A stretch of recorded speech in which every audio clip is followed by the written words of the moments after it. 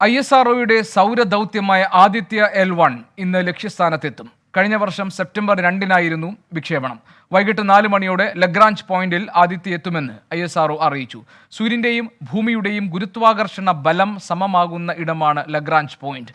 മനേഷ് മൂർത്തി ചെന്നൈയിൽ നിന്നും വിവരങ്ങൾ നൽകാനുണ്ട്. മനേഷ്, ISROയെ സംബന്ധിച്ച് മറ്റൊരു പ്രധാനപ്പെട്ട നാഴികക്കല്ല് കൂടിയാകും ലഗ്രാഞ്ച് പോയിന്റിൽ ഇന്ന് ആദിത്യ L1 എത്തുമ്പോൾ.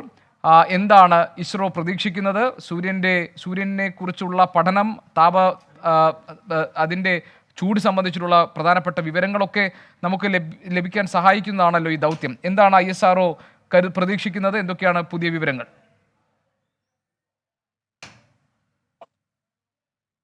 ഗോപീഷ്, ഏകദേശം 4 മാസം നീണ്ട യാത്രയാണ് ആദിത്യ L1-ന്റേത്. 4 മാസം നീണ്ട യാത്രയ്ക്കൊടുവിൽ ഇന്നിപ്പോൾ വൈകുന്നേരം 4 മണിക്ക് ലഗ്രാഞ്ച് പോയിന്റ് 1-ൽ എത്തും എന്നുള്ളതാണ് എന്തായാലും ISRO അറിയിക്കുന്നത്. ഇതിന്റെ ബാക്കിയുള്ള കാര്യങ്ങളെല്ലാം തന്നെ, ഇതിനിടയ്ക്ക് ഉള്ള ഡീവിയേഷൻസ് കാര്യങ്ങളെല്ലാം തന്നെ, അതായത് ഭൂമിയുടെ ഭ്രമണപഥം വിട്ടതിന് ശേഷമുള്ള കാര്യങ്ങളെല്ലാം തന്നെ ടെക്നിക്കലി കറക്റ്റ് ചെയ്തിട്ടുണ്ട് എന്നുള്ളതാണ് ISRO അറിയിക്കുന്നത്. അപ്പോൾ ഇന്ന് വൈകുന്നേരം 4 മണിയോട് കൂടിയാണ് ഇത് ലഗ്രാഞ്ച് പോയിന്റിൽ എത്തുക. നമുക്കറിയാം, ആദിത്യ എന്ന് പറയുന്നത് ഒരു ISROയെ സംബന്ധിച്ച്, ഇന്ത്യയെ സംബന്ധിച്ച് ഒരു അഭിമാന ദൗത്യം തന്നെയാണ്. ആ ഒരു ദൗത്യത്തിന്റെ അവസാന ഒരു പരിസമാപ്തിയാണ് ഇന്ന് ആകാൻ പോകുന്നത്, അല്ലെങ്കിൽ അത് ലക്ഷ്യസ്ഥാനത്തേക്ക് എത്തുന്നു എന്നുള്ളതാണ് ഏറ്റവും പ്രധാനപ്പെട്ട ഒരു കാര്യം. 5 വർഷവും 2 മാസവും നീളുന്ന പഠനമാണ് ആദിത്യ L1 നടത്തുക. 7 പേലോഡുകളാണുള്ളത്. അതിൽ 3 എണ്ണം ഈ ലഗ്രാഞ്ച് പോയിന്റിനെ കുറിച്ചുള്ള പഠനമാണ് നടത്തുക. 4 എണ്ണം സൂര്യനെ കുറിച്ച് നേരിട്ടും പഠനം നടത്തും. സൂര്യനെ കുറിച്ച് ഉള്ള പഠനം എന്ന് പറയുമ്പോൾ അതിന്റെ ബാഹ്യ അന്തരീക്ഷത്തെ കുറിച്ചും സൂര്യനെ കുറിച്ചും ഒക്കെയുള്ള പഠനം തന്നെയാണ് അതിൽ ഉൾപ്പെടുത്തിയിരിക്കുന്നത്.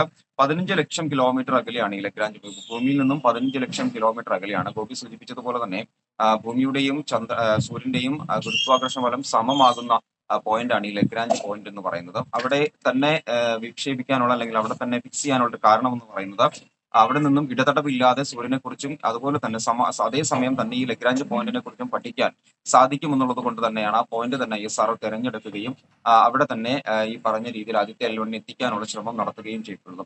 എന്നാൽ 4 മാസം നീണ്ട ഒരു യാത്രയാണ്. ആ യാത്ര എന്ന് പറയുന്നത് 4 ഘട്ടങ്ങളിലായി, അതായത് സെപ്റ്റംബർ 2-ന് വിക്ഷേപണം കഴിഞ്ഞതിന് ശേഷം 4 ഘട്ടങ്ങളിലായി ഭ്രമണപഥം ഉയർത്തി 5-ാം ഘട്ടത്തിലാണ് ഭൂമിയുടെ ഭ്രമണപഥം വിട്ട് ഈ ലഗ്രാഞ്ച് പോയിന്റിലേക്കുള്ള യാത്ര ആദിത്യ L1 ആരംഭിച്ചിരിക്കുന്നത്. എന്തായാലും പുതുവർഷത്തിൽ, അതായത് 1-ാം തീയതി ആയിരുന്നു ആദ്യത്തെ വിക്ഷേപണം. അതിന്റെ ISROയെ സംബന്ധിച്ച് അത് വളരെ കൃത്യമായ എക്സ്പോസാറ്റ് ആയിരുന്നു. അത് കൃത്യമായി തന്നെ വിക്ഷേപിച്ച് അതിന്റെ ഭ്രമണപഥത്തിൽ എത്തിക്കാൻ എന്തായാലും ISROയ്ക്ക് സാധിച്ചു. അങ്ങനെ 2-ാമത്തെ, അല്ലെങ്കിൽ ഒരു ദൗത്യത്തിന്റെ ബാക്കി കൂടി ഇന്നിപ്പോൾ അതിന്റെ ലക്ഷ്യസ്ഥാനത്തേക്ക് എത്തുക എന്നുള്ളതാണ് ഏറ്റവും പ്രധാനപ്പെട്ട കാര്യം. അതിനുള്ള ബാക്കി നടപടിക്രമങ്ങൾ, അതിന്റെ ടെക്നിക്കൽ കാര്യങ്ങളെല്ലാം തന്നെ പൂർത്തീകരിച്ചിട്ടുണ്ട് എന്നുള്ളതാണ് ISRO അറിയിക്കുന്നത്. വൈകുന്നേരം 4 മണിക്കാണ് ഈ ലഗ്രാഞ്ച് പോയിന്റിൽ ആദിത്യ L1 എത്തുക. ഗോപീഷ്. മനീഷ് മൂർത്തി ആണ് ചെന്നൈയിൽ നിന്നും വിവരങ്ങൾ നൽകിയത്.